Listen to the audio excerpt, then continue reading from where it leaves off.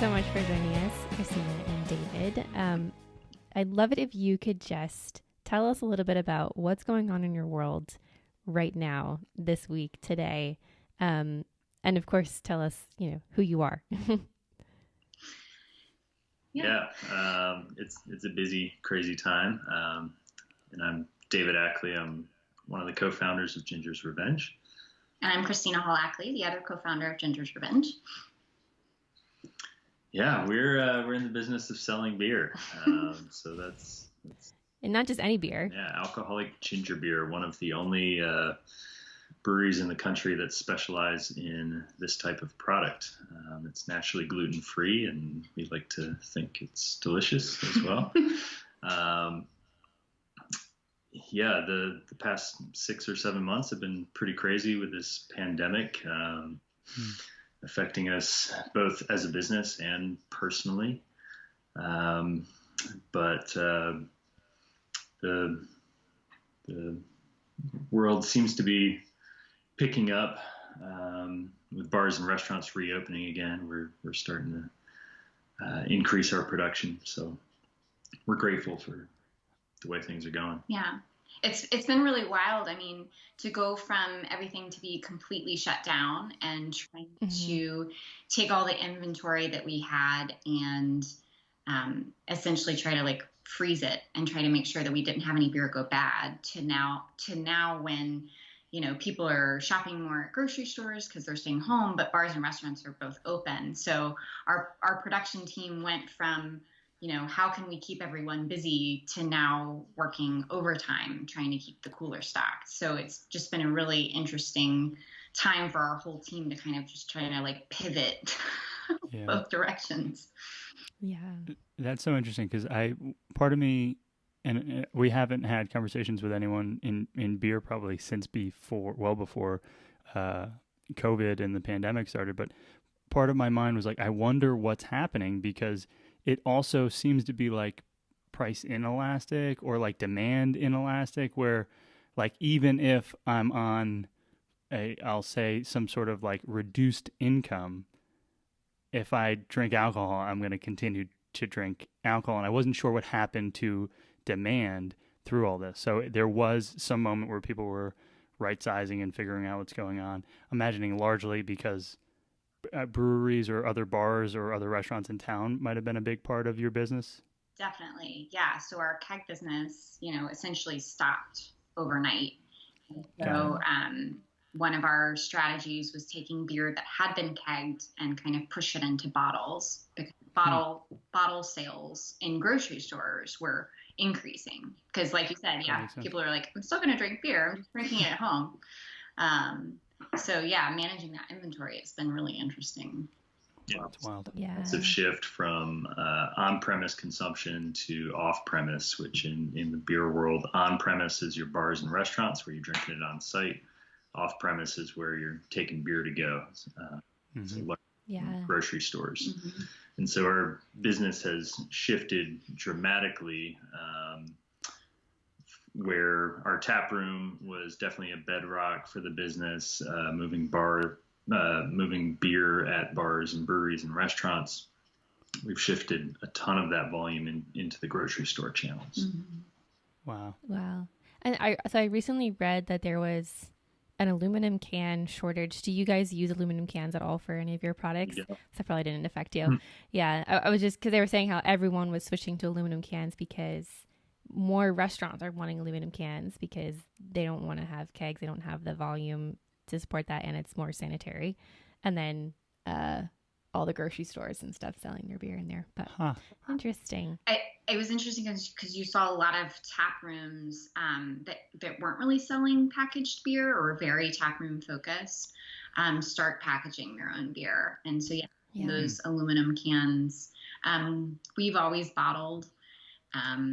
So we haven't really been affected at all by that shortage. How interesting. And just to give us and the listeners a little bit of a timeline situation, I believe we just celebrated a Ginger's Revenge birthday. So how long have we been at this beer game? Yeah, we opened our doors in March of 2017. So we just celebrated our 3-year anniversary right before the shutdown happened. 10 days before the shutdown. Crazy. Yeah. I was there for some of the festivities, and Thank you so much for coming. of course, and it seems I remember it like it was yesterday, and I can imagine that it would feel like either yesterday to you as well, or lifetimes ago. 3 years in the last 3 months. It feels like both. And we had some professional photography done that weekend. And so it was so strange for me to look through those photos now, because people are not social distancing and our tap room is packed and we have bands playing and all these things that are just like not happening in all of our lives right now. So yeah, it's really wild that we were able to celebrate that weekend, but then 10 days later go into a shutdown. But we were able to celebrate the 3 years, and we've been at this for a total of 5. So it took us 2 years to get the doors of the brewery open. We incorporated the company in May of 2015. So sometimes we have to remember, we're like, wow, that was 5 years ago. Yeah. So even before then, we started making alcoholic ginger beer in 2012. So it's like homebrew kind of vibe. That's right. First batch was like 2 liters. Bless you. Thank you. We used to live in Panama. We did a brief stint down there in Latin America as part of our finding ourselves phase. And we know that well. Same, Italy, but cool. Understood. I think we get you on the vibe of finding yourself. So Panama, and is ginger beer like a thing? No. No, okay. I was gonna say that. I've been homebrewing for a few years and determined to keep brewing down in Panama. Spent some time volunteering at a craft brewery down there where the movement was just starting to get started. And my cousin had introduced me to alcoholic ginger beer. So I decided to give it a shot. I saw that those ingredients were easy to find in Panama: the cane sugar, the ginger, the lemon and lime. You can just pick up at the grocery store. So started making it down there, making the ginger beer into dark and stormy cocktails with Panamanian rum, and we just kind of fell in love with it. Soon after that, we moved to Asheville, started serving the ginger beer at homebrew events, picked up some awards at festivals, and we just started getting the sense that the universe was presenting us with this opportunity, and we couldn't ignore it. Yeah. Wow. Okay. So many questions. I guess going back to like the process of making ginger beer, how is it different from regular beer or cider? Like talk us through, how does one make a ginger beer at home? Yeah, so basically, regular beer is made from malt and hops. Malt is usually made from barley, wheat, and rye. And the malt contributes the fermentable sugars to the beer, whereas the hops give you bitterness and flavor. And so the corollary with ginger beer is that the cane sugar provides the fermentable sugar and the ginger provides the flavor. Got it. And so like, do you put like whole pieces of ginger in there and like let it ferment? Do you like juice the ginger? How does it work? Imagine just a Vitamix in there, blending it up. It's pretty simple. Well, we add the ginger at 3 different points in our process, so it's a little bit of everything. But basically, we make a ginger tea, add the cane sugar, steep some spices, and ferment that with an ale yeast. The yeast turns the sugar into alcohol. And then we back blend flavors after fermentation, which is a little bit more similar to cider making. So it's really kind of a combination of beer making and cider making processes. And correct me if I'm wrong, there's in like alcohol creation, typically it's like the sugar source is the way that you define what it is. So it's cider if there's apples, it's sake if it's rice. Am I right on that generally? Mead if it's honey? Yeah. Right. And So when we were starting this business, like there wasn't a whole lot of precedent for defining this product, but in the federal code, it says that beers are made from malt or a substitute thereof, where they consider sugar to be a substitute for malt. So therefore, our product is classified as a beer. Yeah. So, there's a hot process involved in making our product that is a bit more similar to making beer. With a lot of wine or ciders, there isn't necessarily like a hot process involved unless you're processing some of the fruits down or something like that. How interesting. Yeah. And when I think about like ginger beverages, seems to be a pretty narrow part of the supermarket shelf, at least to a uninformed consumer. I can think of Reed's. Is it Reed's as just like ginger? It's like non-alcoholic ginger beer, yeah. Yeah, right? Yeah.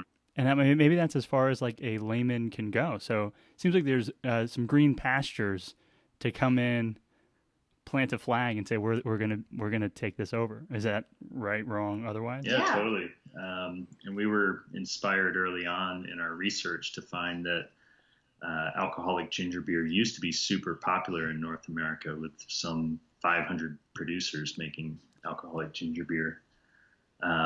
There was a quote that we came across that said, there were times in our country's history where the commercial sale of ginger beer exceeded that of both hopped beer and cider. And so that really kind of like sparked this opportunity for us. Mm-hmm. Yeah. Wow. When would that have been? Pre-Prohibition. Pre-Prohibition. Yeah, so How Prohibition interesting. happened. A lot of those companies either went out of business or they pivoted and started making soft drinks. And so the ginger ale that we know today isn't typically made with fresh ginger. It's made with extract. And so it's really, I feel like only even been in the last decade that we've seen a resurgence of true non-alcoholic ginger beer as well, where it's like actually made with real ginger and not extract. So Fascinating. Love it. Yeah. Well, so how many times did it take before you got a recipe that you were like, yeah, this is drinkable, or like this is sellable? I mean, and then, were there any batches where you're like, this is just horrible when you were starting out? Yeah, there were 1 or 2 5-gallon batches early on that I decided not to drink. I experimented with some different sugar sources. I think I made one batch entirely from sorghum syrup. Oh, cool. Yeah. Not cool. Cool idea. Sorghum's having a year, though. 2020, 2019 were good years for sorghum. It showed up in my world and has continued to show up. Maybe it's just you spot it. But, okay, sorghum not good for ginger beer creation. I think it was sorghum molasses. Yeah. Even more unusual. What was the sugar we used when we were in Panama? The like little cakes? Yeah, piloncillo, I think. They're these like dark sugar cakes that you can buy in grocery stores in Panama. And we made some batches with those, which was really good. David experimented with different yeast strains and always just kept coming back to the original one. You probably played around with some like really high ABV ones, which were very high ABV. But when we decided to start the business, we definitely went through a process of, kind of like translating it to a commercial. There's a lot of things that are easy to do on the homebrew side that are harder to do on the commercial side. So it was really intimidating, though, because we basically went from 15 gallons to, was that first batch 15 barrels? I think our first batch was 500 gallons. Yeah. Wow. Like, it was just the two of us. We had like one very part-time employee. This is in early 2017. And we're both like staring down in the tank and we're like looking at each other. And it was kind of like a, oh my God moment. Like, did we really just make this much ginger beer? Wow. The batch on the commercial system turned out great. Drinkable, sellable. So. Wow. And so I'm always surprised. I mean, I don't want to say surprised. I think that people, it's possible to, when you think beer, you think, I don't know, beer belly and like people who are not scientists. Like, I don't think beer, I think scientists until recently, when you get some exposure to people who are home brewers and people who work at breweries, you're a scientist, Yeah. like lab coats, figuring out exact ratios and then scaling that ratio up and seeing what breaks. And like, that's hardcore to me. All of a sudden, whoa, beer is science. That's interesting. And so I'm wondering how much of the process was easy enough because you had been a home brewer and some of the smaller scale science just needed bigger portions.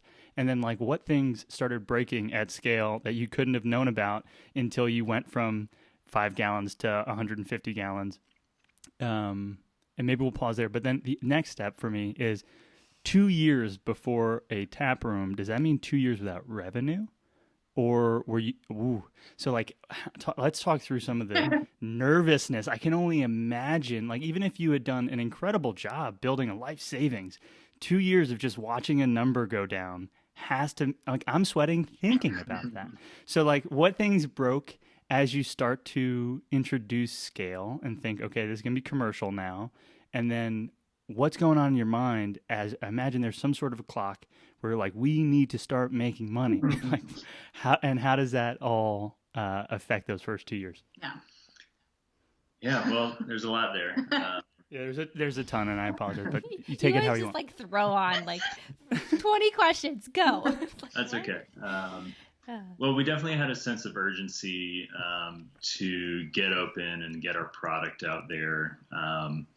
One, because we just felt like the time was ripe to introduce a naturally gluten-free alcoholic beverage into the marketplace. But yeah, it's just the nature of the brewing business that you can't legally sell beer until you have a fully permitted facility constructed in place. Or market it. So you're not even allowed to market it until you have your federal permit. Yeah, so it took us a few months to start fundraising, 9 months to find the real estate, 6 or 7 months to do the build out and the construction, get the equipment installed, a couple more months to start brewing and just kind of get all of our ingredients and supplies and everything in order.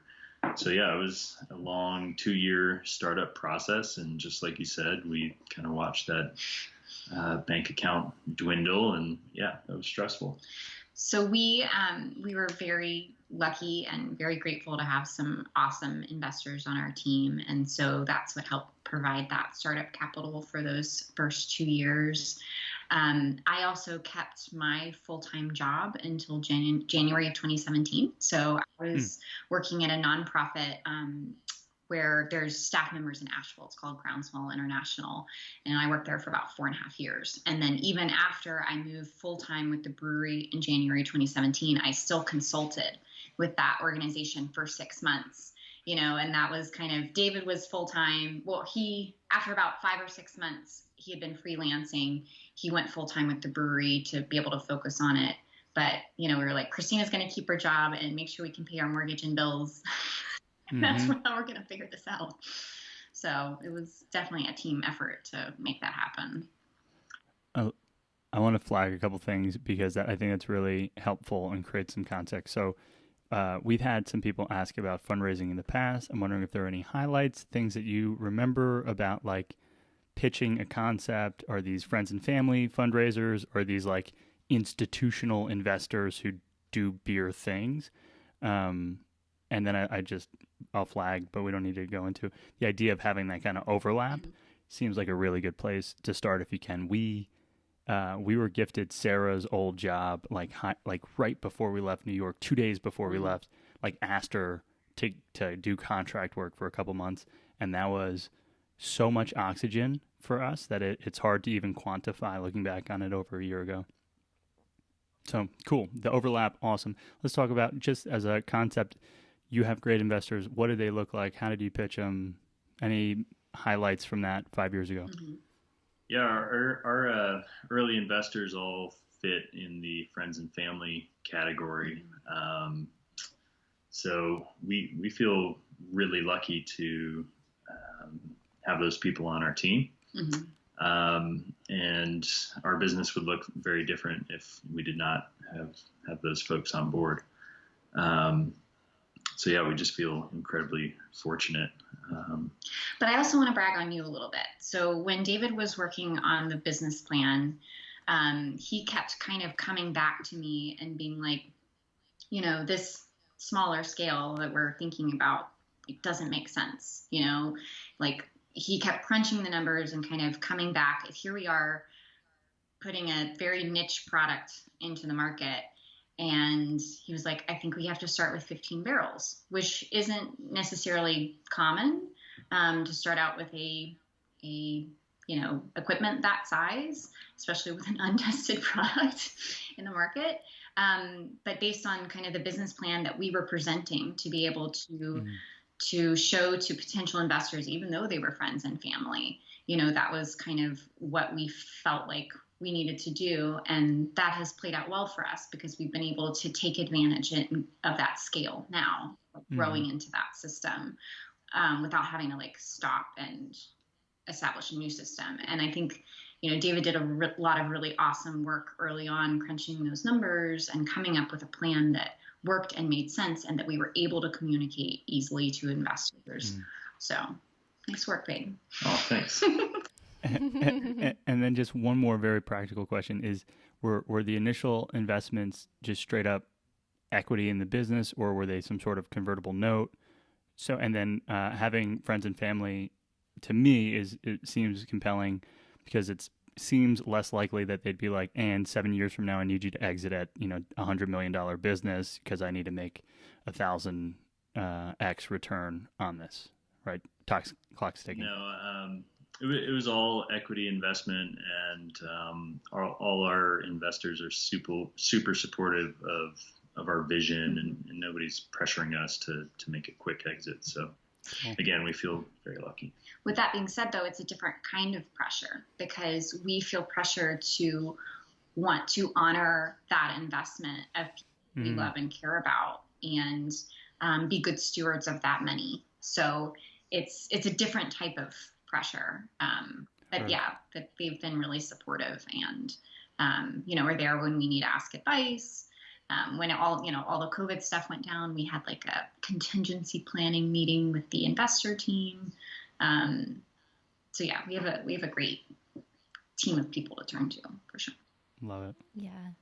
So I think this is a good point to ask a question that someone asked from our audience on Instagram. They wanted to know what your growth curve looks like and how did you plan that? Is it exponential? Is it slow? Was it deliberately slow or deliberately fast? Yeah. That's a good question. Yeah, real good question. Well, early on, I think we saw the potential for the product, and so we built a business plan around that potential of distributing beer into a 5 or 6 state region in the Southeast.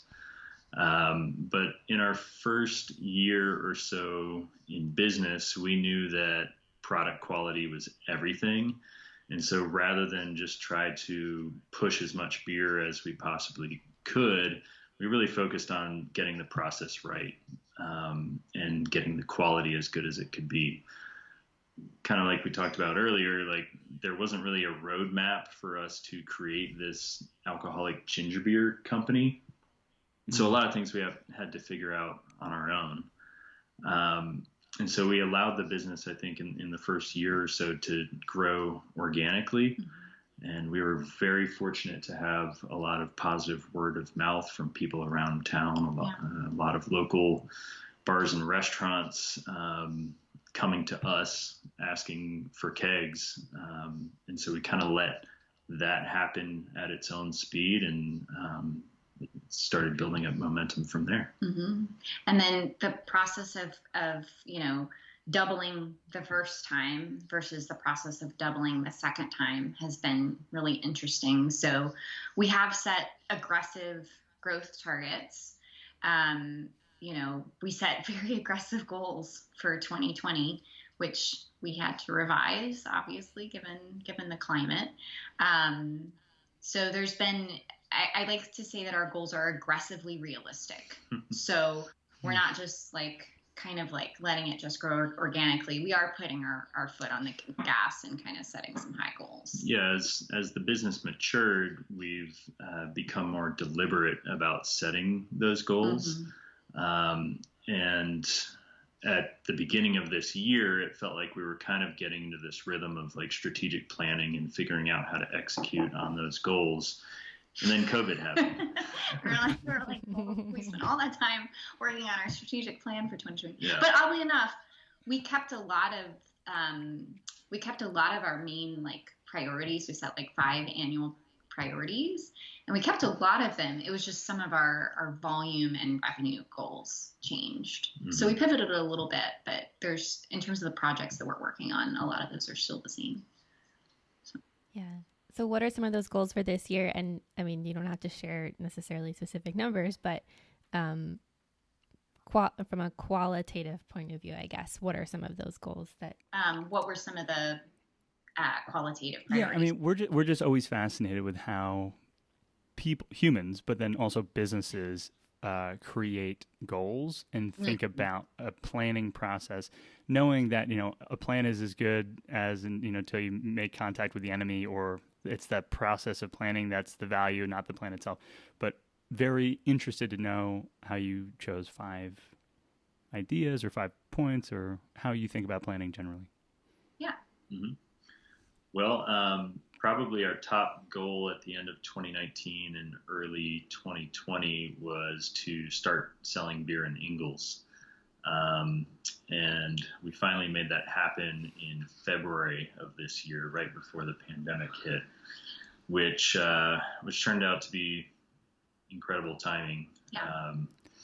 Without that grocery store volume, we would have really struggled. Not to say that it wasn't a struggle, but that was good timing. Seems like it could have been an Indiana Jones demand switch, like the Temple of Doom, put the sandbag of Ingles over where the skull once was of kegs. If you're with me, you're with me. If you're not, you're not. Yeah, kind of. We definitely saw a dip, even with the Ingles volume, but Ingles has been key to us kind of getting back on track over the last couple of months. And, Ingles is one of the largest movers of craft beer in the region. There are a total of 53 Ingles in Western North Carolina. And it's where a lot of our customers shop. And so we would field those phone calls all the time, or get emails from people like in the Waynesville area or farther out and didn't have as easy access to our bottles. So it was also being able to provide that for our customers to make it easier for them. And when trying to sell into a large supermarket like that, are you just like forwarding emails from customers to them and being like, hey, like someday, come on, like when's it going to happen? Buy from us. Like, how do you, all right, maybe that's a different conversation, but okay. So that's one of the goals, is like, we want distribution in a large supermarket. You pinned Ingles, it's on the vision board, and it happens 2 months into the year, no less. That's not bad for checking a box. Well, the process itself took a lot longer than that. It wasn't something that we had just started January 1. I mean, we worked on that goal for most of 2019 as well. We actually, it took us a little while to find a strategic planning process that worked for both of us, because our brains work very differently.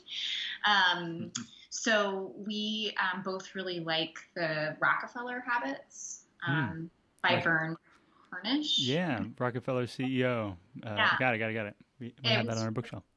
Something that resonated with both of us. We could kind of agree on the process, and so that's what we used.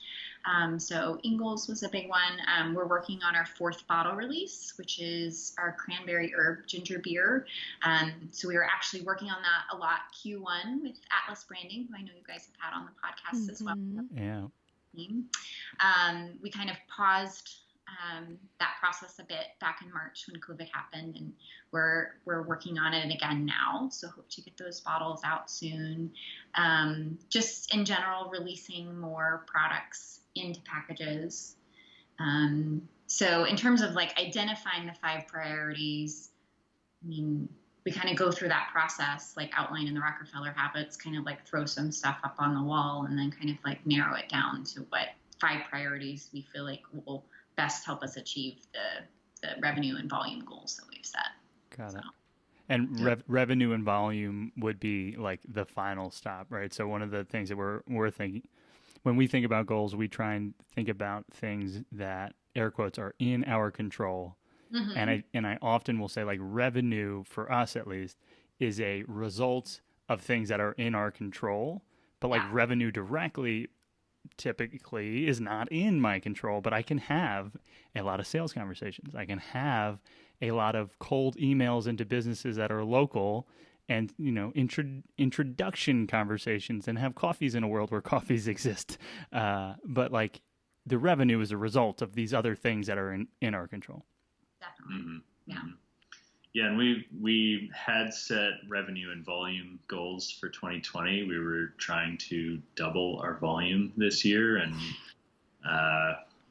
when we revised our 2020 strategic plan after the pandemic, we just took those out. Yeah. We said this is not the year to measure our success on volume. Yeah. So we're looking more now at like profitability and like cash in the bank and things to just kind of keep us resilient and sustainable. So we're doing more on those things than like some of the growth plans that we had. Love the cash in the bank as a goal, because it's adjacent to revenue, but it's not necessarily like this number needs to get bigger. It's like there are a bunch of levers that we can pull that affect how much stays in the business. Right. Yeah. So it's like keeping that runway. Interesting. Yeah. That's amazing. Mm-hmm. Yeah. Well, I want to go back because you said that your brains think very differently, and that resonates very much with Tony and I. Yeah, if you're not watching the YouTube channel, we did some praise hands on this side, and we're like, yeah, we feel that. We feel 2 different brains as partners. Yeah, and you're one of I think you're like the 3rd husband and wife team we've interviewed, and I always love interviewing husband and wife teams because I'm like, it's a lot. It seems like it could be a lot. It's a lot, and it's so real for us. So I would love to know, like, what is it like working together, and what sort of challenges have you guys faced being in the business together? Well, first off, it's great being able to spend so much time together and have this shared context of our lives and to work on this project together, this massive project. Build something together. I mean, we literally built something together out of an idea. Yeah. When I kind of came around and realized that like this ginger beer thing was what I needed to do, I told Christina, I'm not going to do it without you. I want to do this together. Mm-hmm. We had conversations early on in our relationship about starting a business together, and I just couldn't really imagine a reality when we weren't doing this together. Yeah. So. Okay, so that's a beautiful thing. Right? That's beautiful. And one of our stories, I think we might have mentioned on the podcast before, is Sarah and I, we got engaged in Italy, and on that trip, I remember we met some of Sarah's friends who live in Rome, and this woman said, and it's exactly what you're saying. She's like, when my husband and I were dating, it became very clear that the only thing that we wanted to do was like create a world where we got to spend as much time together as possible. And so they started business. I think that's beautiful. I think it's amazing. And now I think, is that framework enough to get through, your brains operating differently and having different concepts of what like vision setting and planning could look like, and like risk profiles for money in the bank, right? So it's one thing to be like, we want this thing.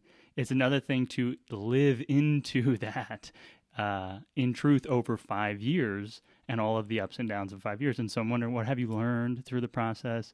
What things, like, do you have like special code words that like level set and bring you back down to 0? And you're like, yeah, no, you're right. We asked for this. The devil's in the details for sure. Yeah. And we've talked about having like a secret sign language to facilitate. Mm-hmm. But no, it's been a huge learning curve to figure out how to work together.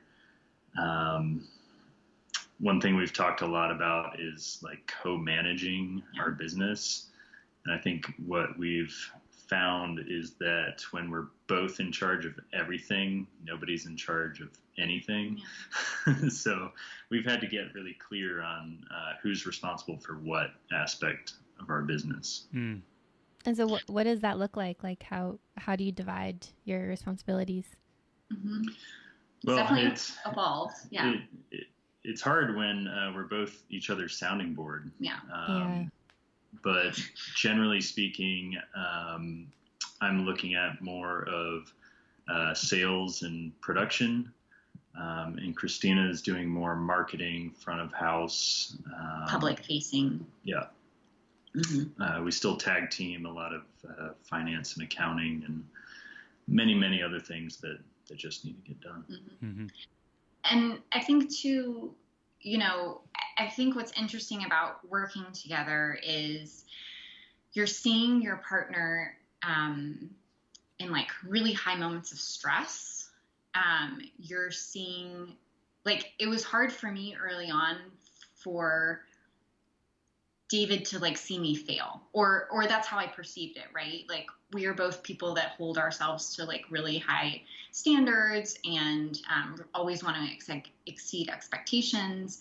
And so, if I would do something and not execute a project as well as I wanted to, like, I'm feeling that disappointment in myself. And then I'm like, oh gosh. And like, David is seeing this too, or he's relying on me. And so I think that's hard. And I think that's natural in any relationship, right? You are growing together. You're learning to respect someone growing as an individual, and also supporting the partnership to grow along with that individual growth. And then when you add that layer of a business partnership on top of that, it's the same thing. We're both growing as leaders.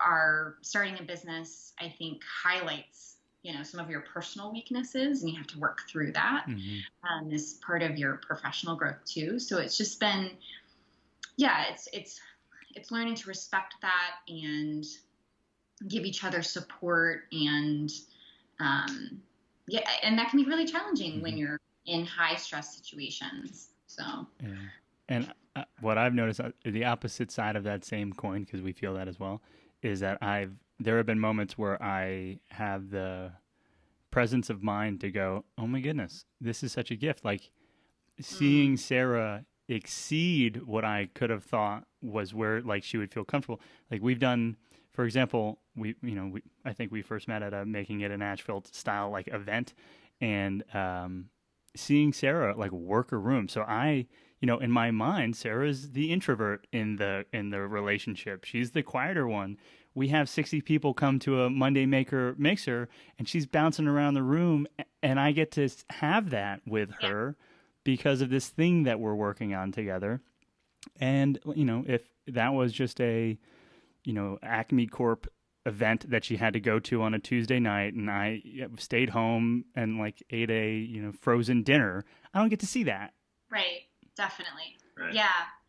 I mean, I think one of the things that like I love us doing together, where I feel like is I love when we pitch together. We both like bring different things to a pitch. And afterwards we're like, nice job. It's just like a really cool thing to share together, where we're both kind of bringing our strengths to the situation. Yeah, things like this, interviews, meetings, negotiations, we're able to have this kind of like back and forth that I think works really well. But it is incredibly rewarding seeing your partner succeed. So when Christina got the Woman Up Award, when she got nominated to be on the board of the Chamber of Commerce, it was just super rewarding to watch that happen. I'm not crying. You're crying. This is so cool. Cool. Awesome. I think that we ran down that trail on the relationship. This is very helpful for us. Thank you. We're constantly, I think, aware that this is the most important relationship that we'll ever have, and asking questions and allowing other people to inform the way that we see it, just like in a business. Like, we have these conversations with business owners to, through osmosis, see things that we might not have seen until they showed up and it mattered. And so getting to talk with people like you about, what it's like is incredibly helpful. And so thank you.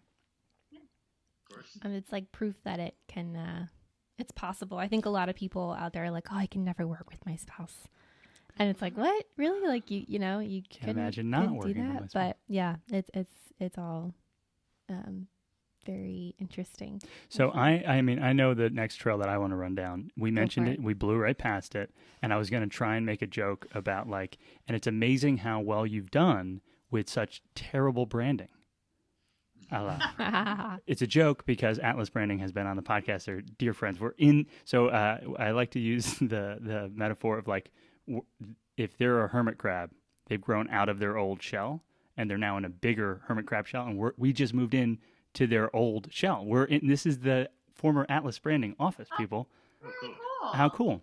That is So Atlas, we love you. Kidding. You guys have tremendous branding. What part of your business cycle did that happen where you're like, hey, as we raise money, this much is earmarked and making it look pro day one? Or were you like, let's get some sales and then pay for a renovation of the look and feel? It was very early. It was 2015. Wow. So branding was one of the first things we started working on. I think we did our RFP for a branding company in the summer of 2015. And I don't even think we had found our real estate yet. So we knew kind of in the beer world, a big part of our business plan was having our bottles available in grocery stores and wanting to have branding that conveyed that we were making a premium product. We used 95% organic ingredients, and that kind of stood out on the grocery store shelf. And so I remember, you've been in our space. We have this awesome mural on our wall of ginger, which is the artwork for our original ginger beer. And we had the sketch drawing for her, the black and white drawing, when we went home for Christmas in December of 2015. And I remember pulling those out and getting to look at those with the family. So yes, it was something we decided to make an investment in early on, and it's definitely paid off. And I can't remember what they said. I know they said that maybe they were a part of the naming process as well. Is that right? Or did you have a name in mind before you did any of the branding? Yeah, we also had some hurdles with their branding early on. We immediately formed our LLC as Ginger's Revenge LLC. It was this name that had come up in a brainstorming session with friends. A drinking session with friends. They're synonymous. It's fine. Friends. But we had we had decided at one point in time that, hey, we need more of a umbrella brewing company type of name so that we wouldn't pigeonhole ourselves into ginger beer. And so we spent a lot of time coming up with different names. We even picked one, started designing a logo with Atlas, and then discovered that we had a trademark conflict with that name. So we abandoned it. We decided, you know what, we're just going to go with Ginger's Revenge. It's memorable, really sticks out. It's edgy. Yeah, it was already how people were referring to us. They were ginger people, So we just kind of threw caution in the wind, I guess. Yeah. That's what we're going with. And so we kind of had to restart on our whole branding.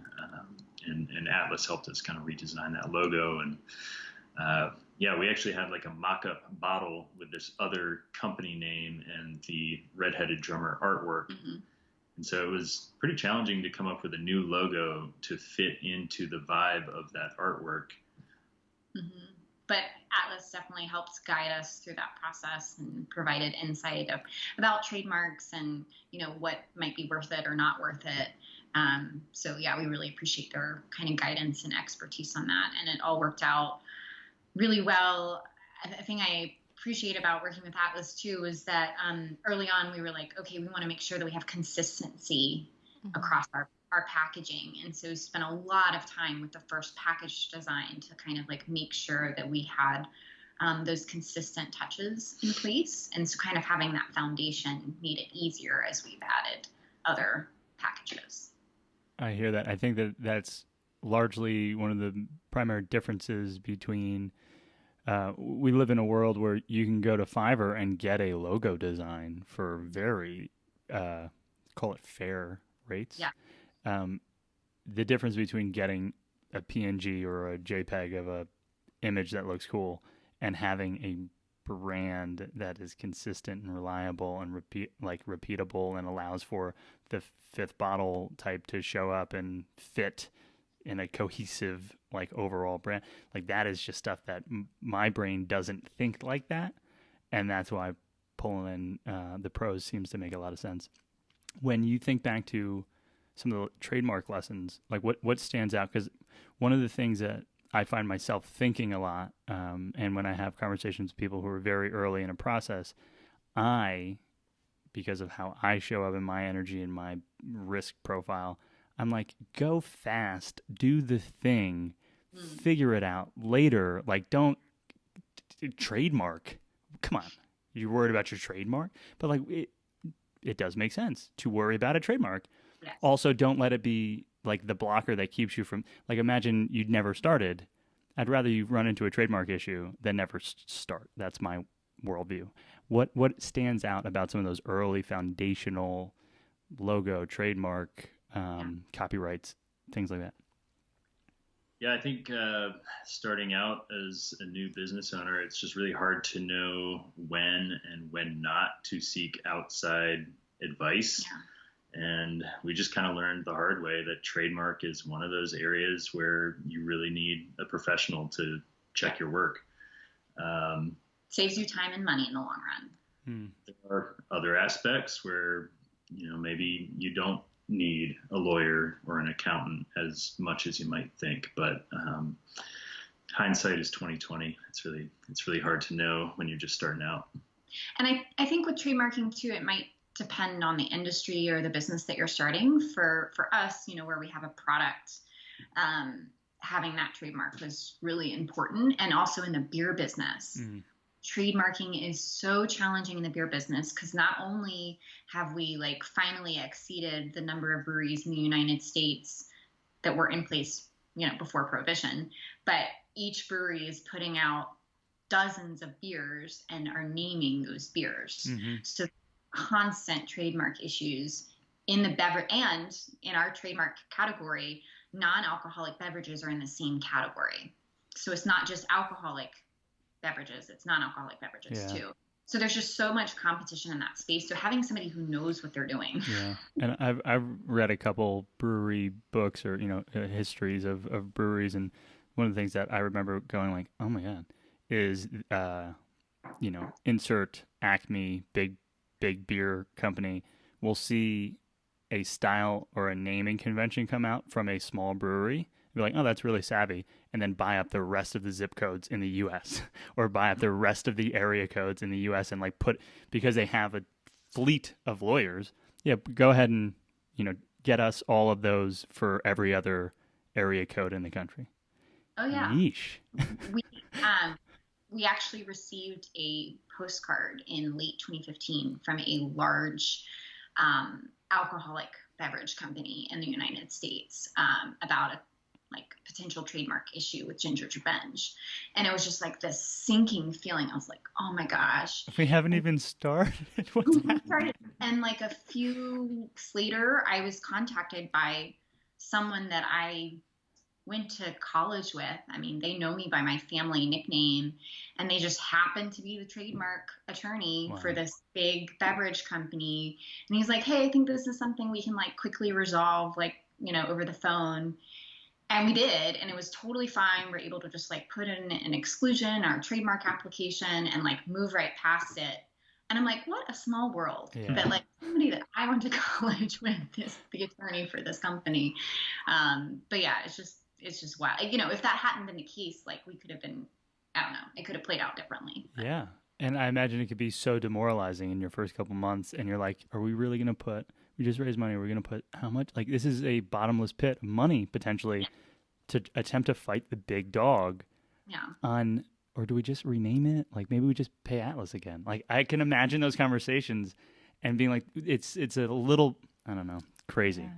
Yeah. Dang. Yeah. Beer. People are out going for each other's throats. I mean, it's one of those things you have to plan for, I think, financially. Like you're going to run into some problems, and some of them can be quite expensive. So it's a good thing to just keep in mind, for your rainy day fund. Well, I love that. And so how have you thought about, I mean, a couple questions. What's the largest employee count you've ever had? Where are you today? How have you thought about things like rainy day funds? Are you thinking about it in a startup world where you're like runway and, burn rate? Or are you thinking about it like employees cost X? Let's put that, like Atlas described, putting X amount in a bank, knowing that was going to be a full year's salary for their first employee before they hired anybody. Like, how do you think about some of those rainy day line items? And I can't imagine that you saw global pandemic showing up as a rainy day need. But, the more common ones, how have you thought about those? Yeah, we've definitely looked at runway in terms of months of expenses on hand. And I mean, breweries are notoriously capital intensive. So it's been very difficult to have, any kind of rainy day fund. Especially when we're trying to invest in growth, so we're kind of taking maybe money that would have been in a rainy day fund and investing it in new equipment or things that will allow us to grow. Yeah, that's the thing about scaling this type of business. As soon as you grow the business to this revenue point where it looks like you might be approaching break even, there's another $15,000 tank you have to buy, another $10,000 worth of kegs you have to buy. It's just kind of like this snake eating its tail sort of thing. And so I think part of it is just understanding that in this type of business, in order to grow, financing is something that is always kind of in the back of your mind. And that means debt financing, right? Like a proper bank loan or something like that. Yeah. So we actually, when we started out, it was a blend of debt and equity. So we got a sizable bank loan, and we had our equity investors. We established a line of credit with the bank. So all of those things were constantly monitoring our cash flow and kind of looking at our available credit. And it's been definitely even more interesting over the past couple of months looking at all those things and maybe wanting to have more money in the bank. So it's never, and oddly enough, David and I both enjoy doing it. I would say David does more of the strategic long-term financial planning and projections, whereas mine might be numbers on a notepad. We both kind of bring that perspective when we're doing budgeting and projections and cash flow planning. So. Yeah, there's a phrase with brewery startups that it's going to take twice as long and cost 3 times as much. And even hearing that when we were starting out, we weren't fully prepared for it. Logically, I understand that sentence. But then that was definitely the case. And it was really funny. I remember when we were negotiating with our landlord, who's also amazing. And they supported this vision that these 2 young entrepreneurs had. But he was he basically said to plan for a dumb tax, which is basically having money for things you didn't know and you end up spending, I think we definitely had some dumb tax moments in the course of our startup. Yeah. We've raised debt and equity several times since we started the business. But I think it's just important to keep an eye on your P&L and your balance sheet and just, try to manage it as best you can. Yeah, and just to define terms in case you listener are attempting to Google, there are 2 ways primarily to raise money for a business that don't involve selling things to customers. One is equity financing. So you're giving away part of the ownership of the business for money. The other is debt financing, which is you're getting money as a form of debt and you need to pay it off. And there's pros and cons. And I grew up, I'll say my youth in business was primarily New York and thinking about tech companies. And so debt financing seems like this sleeper option to the average like it's the traditional way, but then there's like pop culture startup world where it almost only seems like you're doing equity deals. And so I find it refreshing and interesting that it's the blend of the two, because why not take money from a bank and keep ownership of your business? Yeah. And for us, it was about a 50, blend. Yeah. We started out, and then that ratio, we're like, that's one of our financial indicators that we're looking at, is like the debt to equity ratio, and as it changes over time. Fascinating.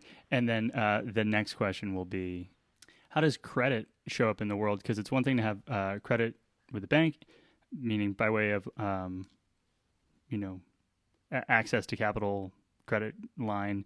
And then it's another thing like credit cards, because it's one thing to have, I don't know, a $20,000, $200,000 bank loan. It's another thing to have a $10,000 credit limit, max it out. 20% interest rate is very different on a credit card. And I know a lot of people start businesses with a bunch of credit cards stapled together. But it seems like a brewery is just too capital expensive to try and build on the back of credit cards. Yes. Yeah. And we've definitely got a few cards for the business. But we've taken advantage of like 0% offers and, tried our best to pay them off before the 0% expires. Credit cards are nasty, and you can get in a lot of trouble with those. So we're trying to avoid that in the business. Yeah. But it's to have a card where it's like, we, for the most part, are a self-distributing brewery, except for Ingles. And so to have a credit card that gives us 3% back on gas makes a lot of sense. So I think that the right credit cards can make sense for your company depending on your cash flow needs or what you're purchasing or using it for. So. Yeah, and as far as our business credit goes, we kind of got a main equipment loan and also a line of credit from the bank.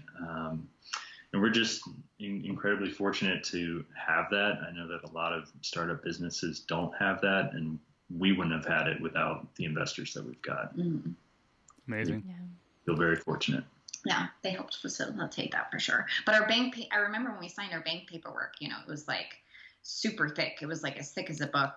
And at that point we weren't married yet, and I remember looking at David and we were like signing all that paperwork. I was like, well, this is, might as well all be married. Yeah, we might. Yeah. We were tied together. Yeah.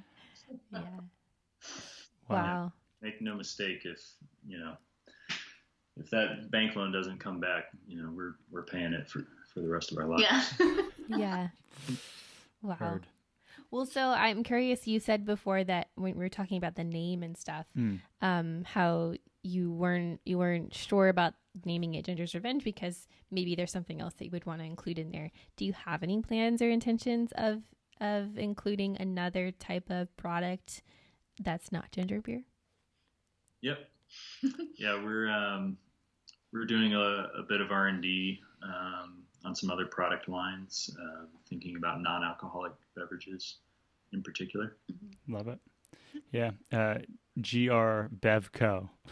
It doesn't need to be, the sexiest, but that's actually that I think it starts an interesting conversation about, structuring businesses and building umbrellas and we just landmark moment in the history of Making It Creative LLC, which is the company that owns the podcast, right, is we've filed for S Corp status in the tax year of 2020. Huge moment.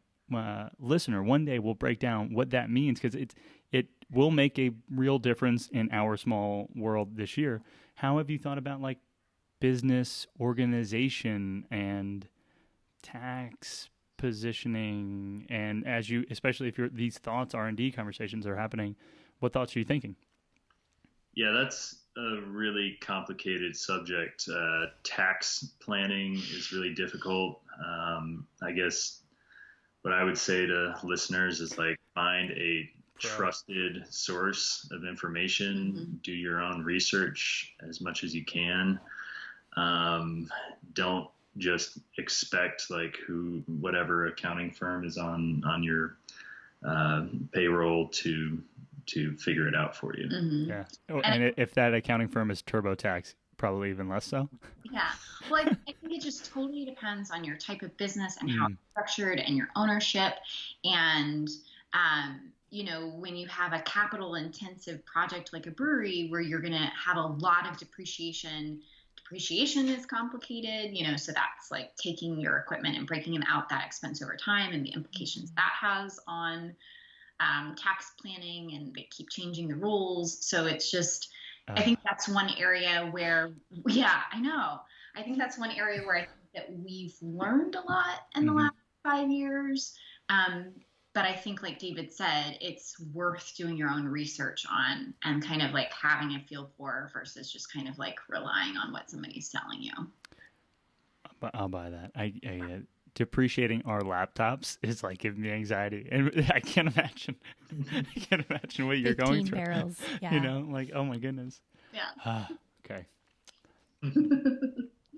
Well, I think it's time to move into the bonus speed round, unless you have any other questions, Tim. I mean, we asked loosely about the future, and that was by way of other product lines. I'll ask more about like the core business in a in a Corona's not going anywhere world. What are you thinking about for the back half of 2020? Yeah, so from the get-go, getting bottles in the grocery stores was our vision for the business. And so the pandemic just really reinforced that strategic objective for us. Over the next year or so, like Christina mentioned, we'll be releasing our cranberry herb in bottles, so expanding our portfolio for those off-premise stores. We're going to be continuing to build some of the other markets that we're in, Charlotte, Raleigh-Durham, Winston-Salem, but also looking at expanding into some other states, some new markets. And then another thing that we're working on, I think a lot of people are still just staying at home and have the mentality of being able to get anything shipped to their door. Shipping beer across state lines is a little complicated, especially with our product that requires refrigeration. So we don't have any preservatives, we don't pasteurize. So it's also shipping cold. So that's something that our team is currently working on. We're working on building an e-commerce site and trying to figure out a way to ship beer to people in Florida and Maryland and Tennessee and all of these requests that we've gotten. And that was something, honestly, like pre-corona, we were getting those requests and it just I guess we just didn't really feel like we had the bandwidth to figure that process out. And now in kind of like a, pandemic world, we've moved that project to the front burner. And, hope to have that figured out in the next couple of months. So that would, I say, is a new initiative, something we kind of pivoted towards. Seems like state lines and alcohol is just funny, in a word. Yes. Yeah. Totally. Each state has different rules and laws, and a lot of them date back to just after Prohibition and the way distribution works. It's definitely we've learned a lot over the last few years about all of those different rules and laws. Dang. Exciting. Well, let's do the speed round. Here's to getting Ginger's Revenge delivered to our door. And next, we can walk to you, but I would love you to deliver it. So please fix that. Cool. All right. So speed round starts with the concept here is that it's not actually speed round, but you can go as fast as you want. We're going to ask the questions, maybe, at 1.1x normal speed. First one's fill in the blank. Asheville is magical. I like that. Amazing. So do you want us each to answer? Yeah, I guess so. That makes sense. Yeah. No, you both have to answer at the same time. Oh gosh. Just kidding. That would be crazy. Schwartz and what is the other guy's name? What is that show we watch? It's improv too. Ben remember. Schwartz and Jesse something. Anyway. But they like to say the same words at the same time, and it's like incredible how close they get. Okay, sorry. Okay. The best thing a business owner can do for themselves is blank. Self-care. Sleep. Yes. So we just slept in this morning. And it was wonderful. We needed it. And that opens up a whole new, we'll leave it. But I hear that because that flies in the face of hustle culture. And that's something that I personally have a little bit of issue with. I love that. Yes. Self-care. Well, and I will just add to that. When we started this business, there were a lot of things that we sacrificed, like in our personal lives.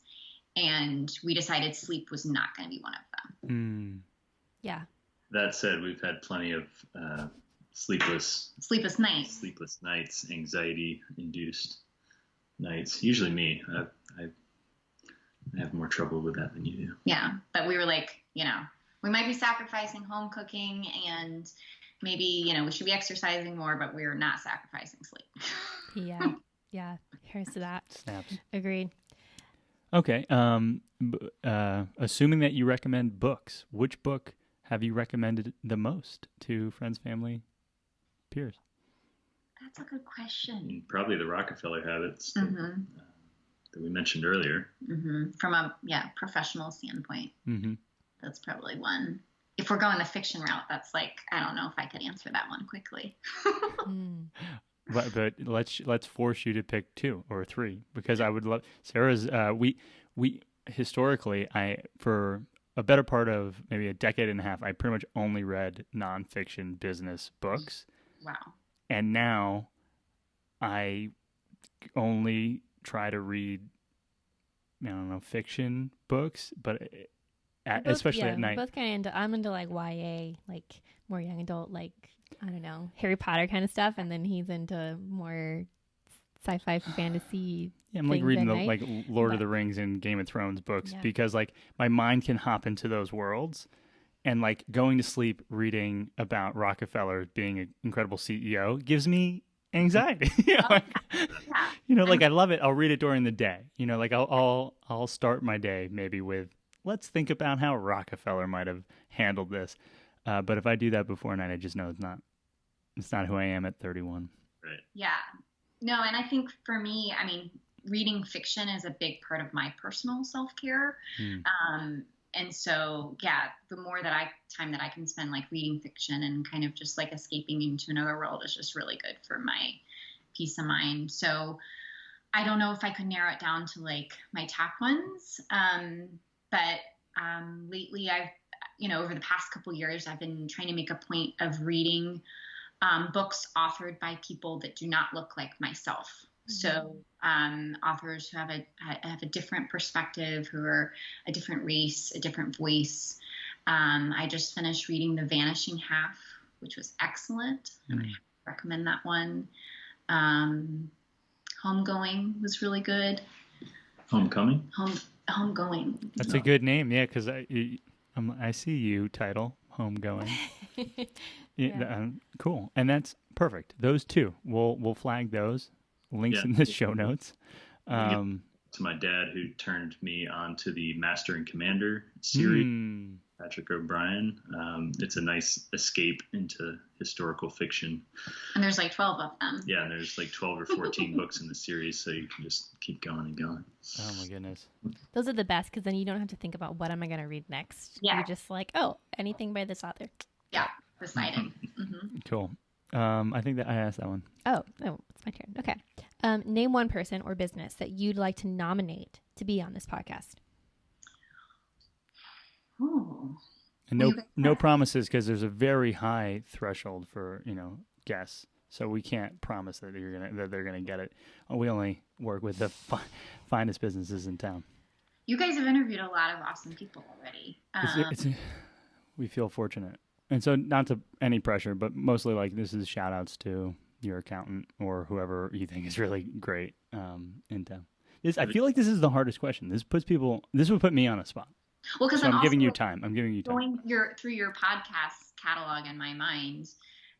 Because if you hadn't talked to Atlas, I feel like you guys have talked to Atlas. Have you talked to Shanti Elixirs yet? No, not yet. No, but I've heard of them. Yeah, Shanti's great. So it's another local beverage producer. they make jun, which is like a kombucha. So but instead of it being made with black tea and sugar, it's made with green tea and honey. And her beverages are delicious if you've never tried them. So yeah, Shanti, it's a good one too. That's a great one. Yeah, I think I'd also shout out our doctor's office, who actually turned me on to the Rockefeller habits. I want to make sure I get the name right. Integrative Family Medicine of Asheville. Integrative Family organization. We've been going to them for 7 years. Wow. So almost since we've lived in Asheville, and they're fantastic, very holistic. So guided us as business owners as well with stress management. We've got a lot of really cool neighbors at the Ramp Studios.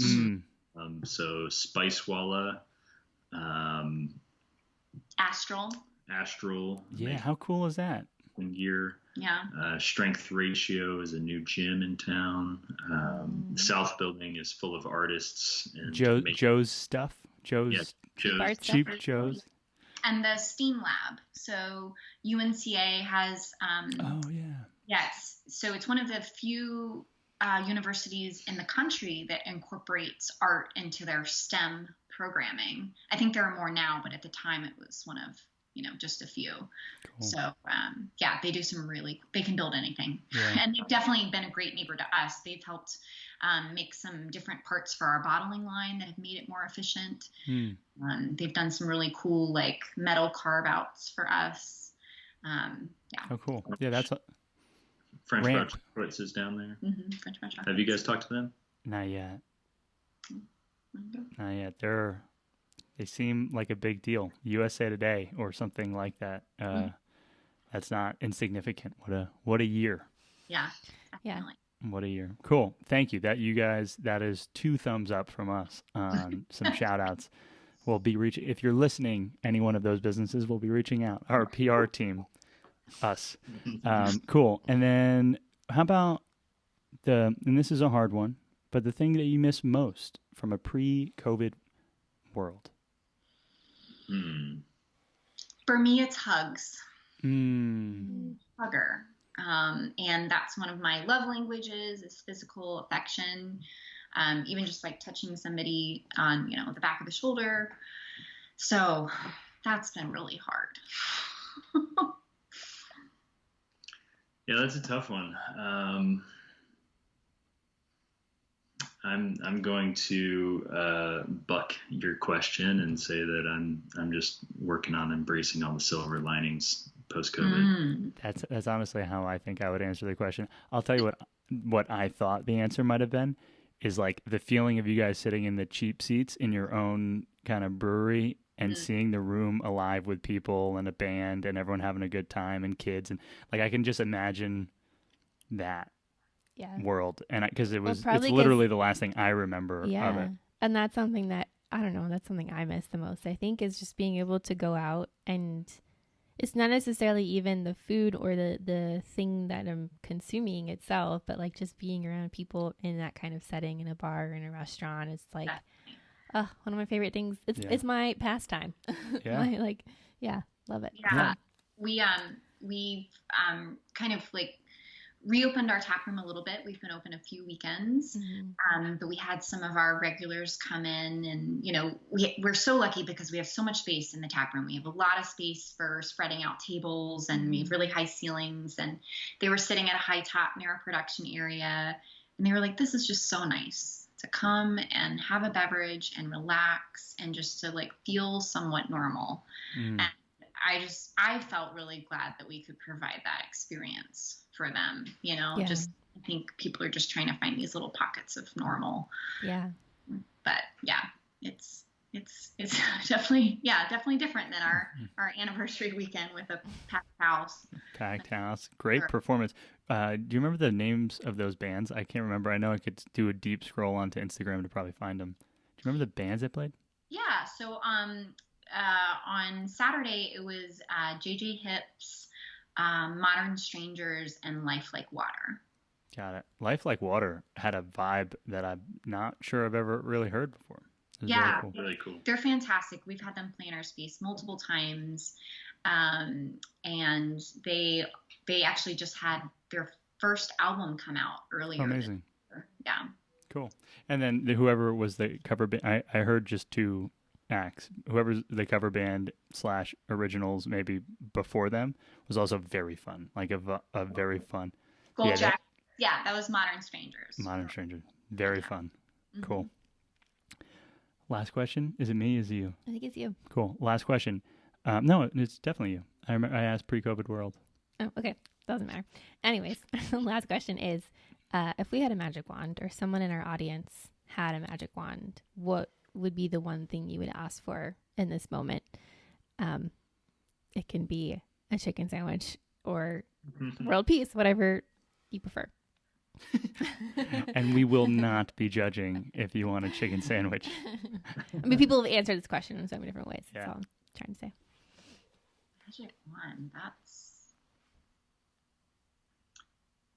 Yeah, I mean, I would make this pandemic go away. People are dying every day. It's awful. Yeah. It's awful for the economy.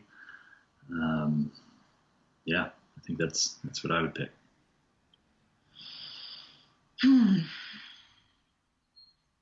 I think what's really interesting about this pandemic moment is also just, I think it's created this atmosphere and this opportunity for change that's been needed.